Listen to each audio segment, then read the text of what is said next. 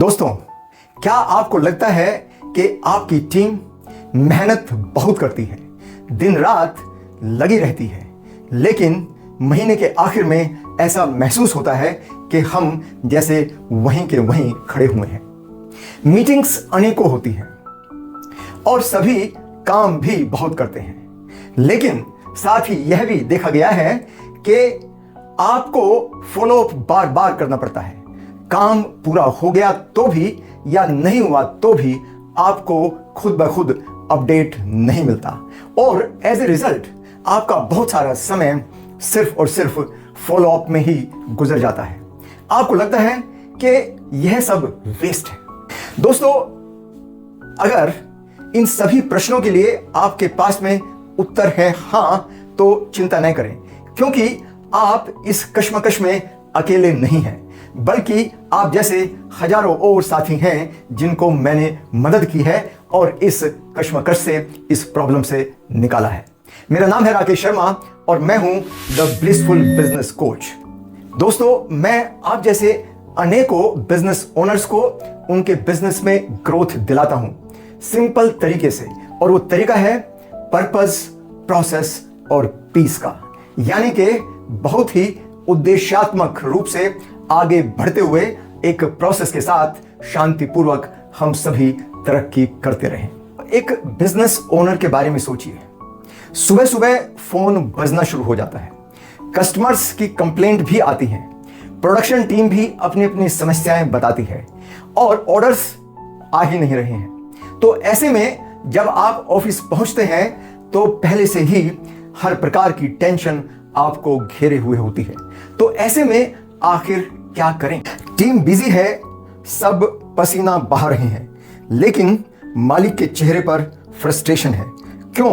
क्योंकि टीम काम तो कर रही है, पर किसी को यह पता नहीं है कि हम 12 महीने बाद कहां होंगे, हम किस चीज में नंबर 1 बनना चाहते हैं, और सबसे जरूरी हमें कौन से काम करने हैं और कौन से काम बंद करने हैं। होता क्या है? सेल्स अपनी दिशा में काम करती है, प्रोडक्शन अपनी, और अकाउंट्स अपनी ही डायरेक्शन में चला जा रहा है। सब अपनी अपनी जगह सही हैं, लेकिन एक साथ मिलकर काम नहीं कर रहे हैं। ऐसा नहीं है कि लोग समझदार नहीं हैं, लेकिन असलियत यह है कि जब दिशा शेयर्ड नहीं होती तो एनर्जी बिखर जाती है। मैंने हजारों एसएमई ओनर्स के साथ काम करते हुए देखा है, जैसे ही विजन साफ होता है, लोगों को काम का मतलब और प्रायोरिटी दोनों ही समझ में आ जाती हैं। दोस्तों, एक कड़वी सच्चाई सुनिए। अधिकतर एसएमईज में 70 से 80% समय सिर्फ फायर फाइटिंग में चला जाता है। असली ग्रोथ के लिए 20% समय भी नहीं बचता। जब विजन नहीं होता तो टीम अर्जेंट कामों में व्यस्त रहती है और इंपॉर्टेंट यानी कि ग्रोथ संबंधित सभी कार्य पीछे छूट जाते हैं। तो चलिए अब समझते हैं विजन दैट पुल्स का 6 steps framework. Step number 1, destination clarity, यानी कि पहुंचना कहां है। विजन मतलब कि आपके भविष्य का एक स्पष्ट चित्र। अगर मंजिल साफ नहीं तो टीम दौड़ेगी तो सही, पर गलत दिशा में। इसलिए हमें कहां पहुंचना है, इस बात की क्लैरिटी होनी चाहिए। स्टेप 2, डेस्टिनेशन के साथ मीनिंग या पर्पस जोड़िए, यानी कि व्हाई, क्यों, बड़ा क्लियर होना चाहिए। यहीं से पर्पस की शुरुआत होती है। टीम को सिर्फ काम नहीं, एक कारण चाहिए। ऐसा नहीं है कि लोग सिर्फ पैसा चाहते हैं। असलियत यह है कि लोग काम में मीनिंग भी ढूंढते हैं। इसलिए उन्हें यह बताना आवश्यक है कि जो हमारी कंपनी कर रही है उसके ब्रॉड मीनिंग क्या है। स्टेप 3, पहचान तय करिए। आप किस चीज के लिए प्रसिद्ध होना चाहते हैं? क्वालिटी के लिए, या स्पीड के लिए, या फिर सर्विस और कंट्रीब्यूशन के लिए।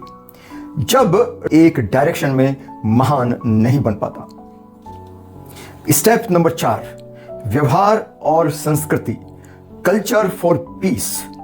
बिजनेस में पीस यानी शांति तब आती है जब प्रोसेस और कल्चर मजबूत हो। पोस्टर पे लिखे हुए शब्द हमें नहीं खींचते हैं, आपका रोज का व्यवहार खींचता है।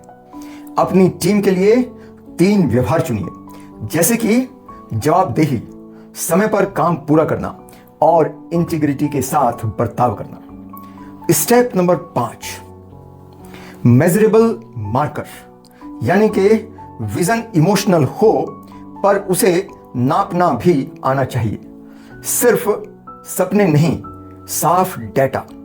जैसे हम 3 साल में 95% ऑन टाइम डिलीवरी और 30% प्रॉफिट सुधार का लक्ष्य रखेंगे। Step number 6, ownership.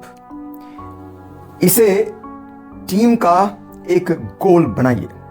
विजन लिखने के बाद उसे टीम को सुनाइए मत, उन्हें इसमें शामिल कीजिए। लोग उसी लक्ष्य के लिए जान लगा देते हैं जिसमें उन्हें अपना हिस्सा दिखता है। Common mistakes. दोस्तों, विजन लिखते समय ये गलतियां मत करना। Number 1, don't use jargons. बड़े बड़े शब्द मत लिखिए। विजन को सिर्फ दीवार पर टांगिए मत, उसे सिस्टम का हिस्सा बनाइए। और सबसे बड़ी बात, सिर्फ अपना विजन मत थोपिए, उसे टीम का विजन बनाइए। सरल और स्पष्ट विजन ही टीम को प्रेरित करता है।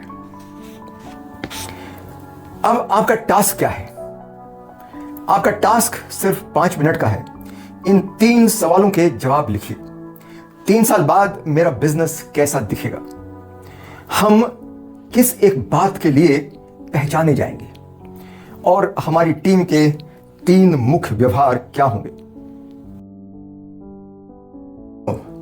याद रखिए, विजन ही वह ताकत है जो आपकी टीम को पर्पस, प्रोसेस और पीस की तरफ आगे बढ़ाएगी, जो आपको लगातार प्रॉस्पेरिटी के रास्ते पर बांध कर रखेगा।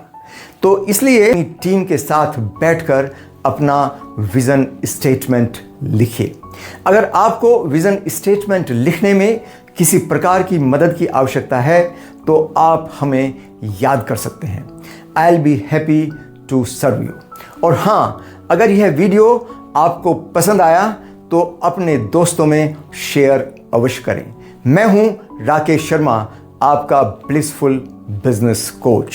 मैं आपको आपके बिजनेस की ग्रोथ, पर्पस, प्रोसेस और पीस के द्वारा हासिल करने में मदद करता हूं। Thank you. फिर मिलते हैं।